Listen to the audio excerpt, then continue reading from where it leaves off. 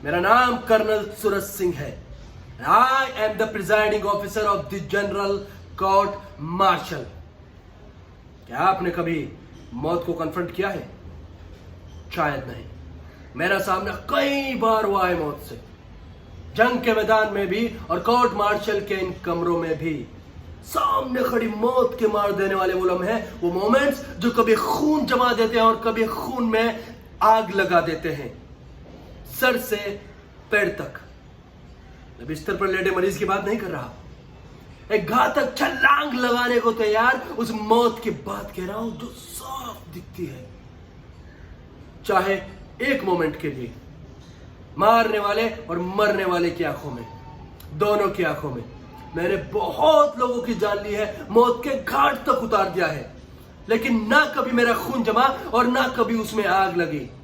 शायद उन क्षणों में मेरी आत्मा में मेरे पूर्वज आ बैठते हैं जो सदियों से मौत से खेलते रहे हैं, द डीलर्स इन डेथ।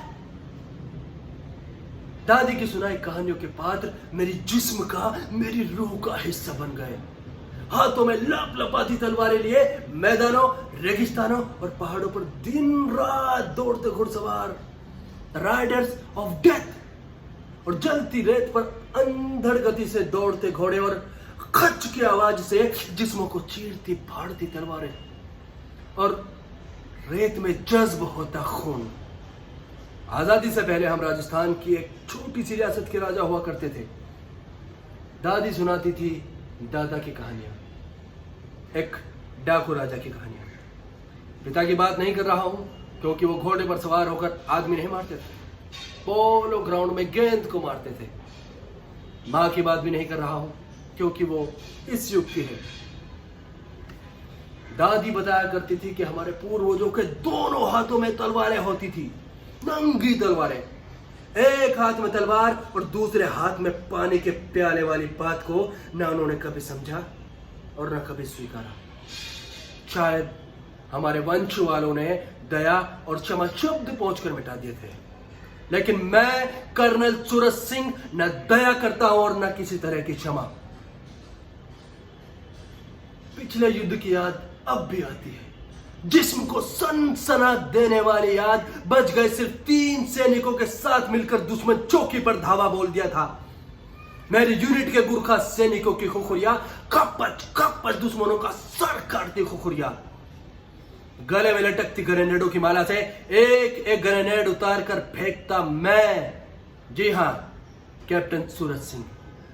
उन दिनों में कैप्टन था और किसी विदेशी पत्रकार ने मेरे फोटो के साथ कैप्शन दिया था, द लॉयन विद ग्रेनेड्स। पीठ पीछे सेना में मुझे ग्रेनेड सिंह कहते हैं। दुश्मन चौकी के सैनिकों की आंखों में मौत देखने के वो लम्हे, जानलेवा खुशी के वो लम्हे। मौत के उन लम्हों का आनंद लिया है आपने कभी? शायद नहीं।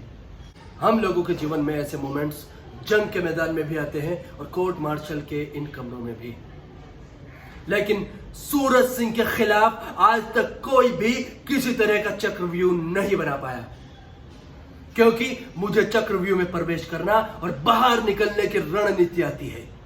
मैं चीते की तरह बेआवाज चलता हूं और शेर की तरह दहाड़ कर छलांग लगाता हूं, जानलेवा छलांग, प्राण घातक छलांग।